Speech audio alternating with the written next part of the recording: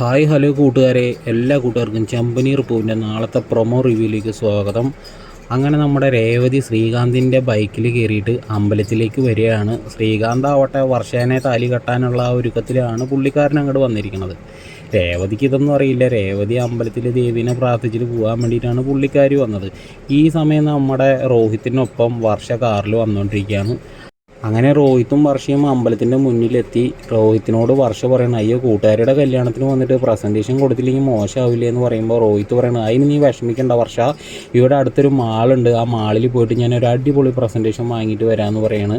അങ്ങനെ റോഹിത്ത് പോയ സമയം നോക്കിയിട്ട് നമ്മുടെ വർഷ സാരിയൊക്കെ കൊടുത്ത് ആഭരണങ്ങളൊക്കെ അണിഞ്ഞ് അതീവ സുന്ദരിയായിട്ട് വർഷ വരികയാണ്. അപ്പോൾ ശ്രീകാന്തിനെ കാണുമ്പോൾ വർഷ പറയാണ്, നീ എൻ്റെ ആഗ്രഹം എന്തായാലും സാധിച്ചു തന്നൂലേ, എനിക്ക് ഒത്തിരി സന്തോഷമായി എന്ന് പറയാണ്. ഈ സമയം നമ്മുടെ രേവതി ആവട്ടെ അമ്പലത്തിൽ ഇങ്ങനെ തൊഴുതിട്ട് ഇങ്ങനെ വന്നുകൊണ്ടിരിക്കുകയാണ്.